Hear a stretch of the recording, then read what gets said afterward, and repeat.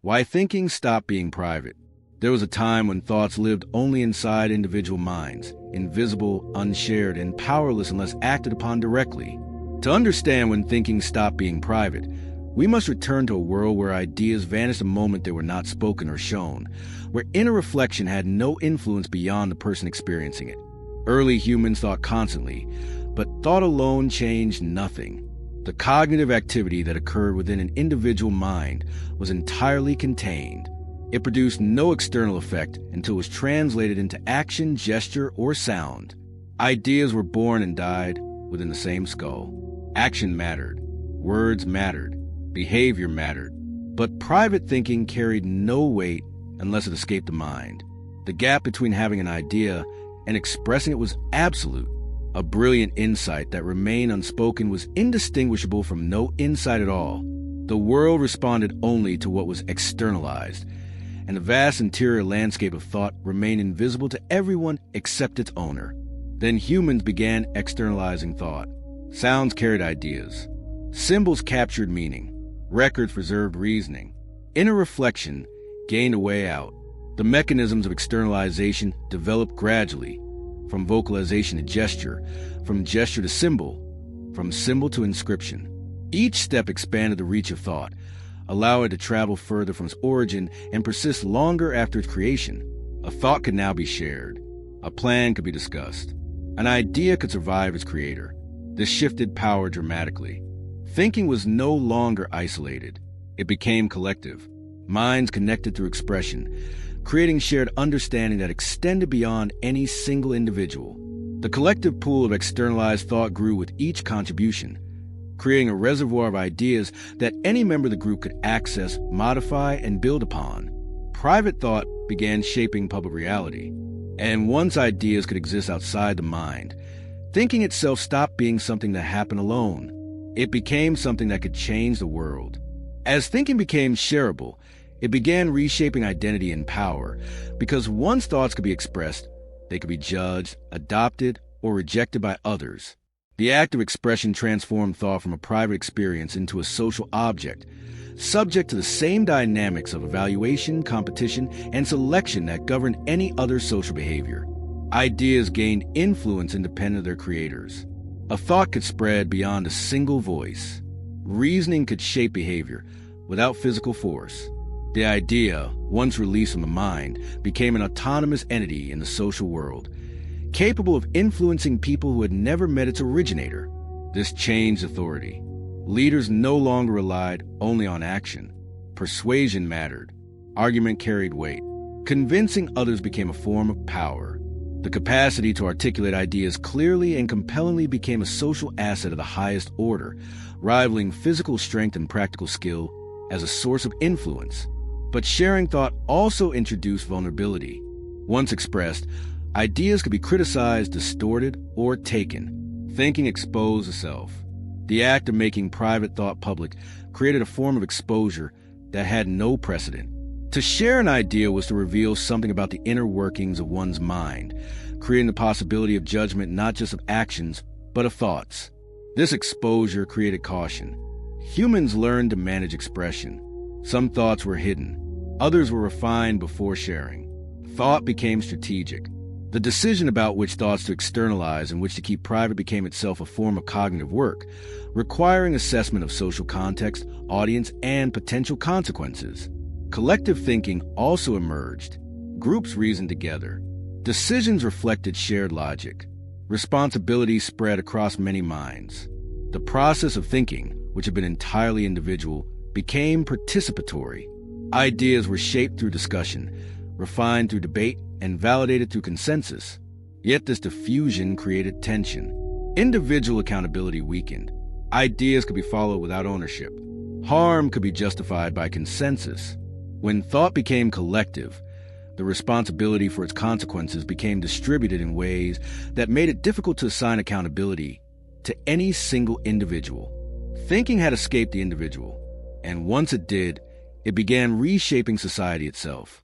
As thinking became collective, it began reshaping responsibility, truth, and control, because once ideas moved through groups, no single mind fully owned their consequences.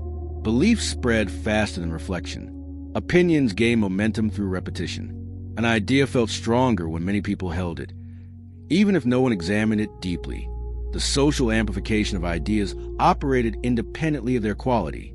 Popular ideas gained credibility through popularity, creating a feedback loop in which the fact of widespread acceptance became evidence of validity. This changed accountability. Decisions were justified by agreement rather than understanding. Individuals followed ideas because they were shared, not because they were certain. The social pressure conformed to collectively held ideas was often stronger than the cognitive incentive to examine them independently. Collective thinking amplified both insight and error. Wisdom scaled. So did mistakes. When thought was shared, its impact multiplied far beyond its origin. The same mechanism that allowed a group to develop a sophisticated understanding of their environment also allowed a group to propagate a misunderstanding with equal efficiency. Power adapted quickly. Those who guided conversation shaped belief. Framing mattered more than accuracy. Influence shifted toward those who controlled platforms, narratives, and attention. The ability to determine which thoughts gained visibility and which remained obscure became a form of power that operated at the level of collective cognition, shaping what the group thought without directly commanding any individual. At the same time, creativity expanded. Collaboration produced ideas no individual could generate alone. Progress accelerated through shared reasoning. The combination of different perspectives, different knowledge bases, and different cognitive styles produced insights that exceeded the sum of their parts. Collective thinking was not just individual thinking multiplied. It was a qualitatively different form of cognition. This was the tension of public thought. It allowed collective intelligence, but diluted responsibility. It empowered many, but obscured ownership. The benefits and costs of collective thinking were inseparable, two aspects of the same phenomenon. Thinking was no longer private reflection.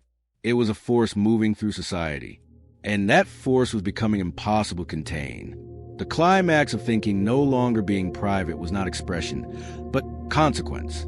Because once ideas could move freely between minds, no thought ever stayed contained within the person who formed it. Every belief gained the potential to influence strangers, shape systems, and alter lives far removed from its origin. The reach of a single externalized thought was limited only by the mechanisms of transmission available to carry it. Thinking stopped being something that happened safely in isolation. It became something that carried responsibility. A careless idea could spread harm. A powerful idea could reshape culture. Silence could be as influential as speech. The decision not to externalize a thought was itself a consequential act, as the withholding of an idea could shape outcomes just as powerfully as its expression. This transformation changed what it meant to be human. Minds were no longer independent islands. They became connected nodes in a shared mental world, where thoughts collided, merged, and multiplied. The individual mind still functioned, still generated private thoughts, still experienced internal reflection, but it operated within a network of externalized ideas that influenced it as much as it influenced them. But connection came with risk. When thinking became public, reflection often lagged behind reaction.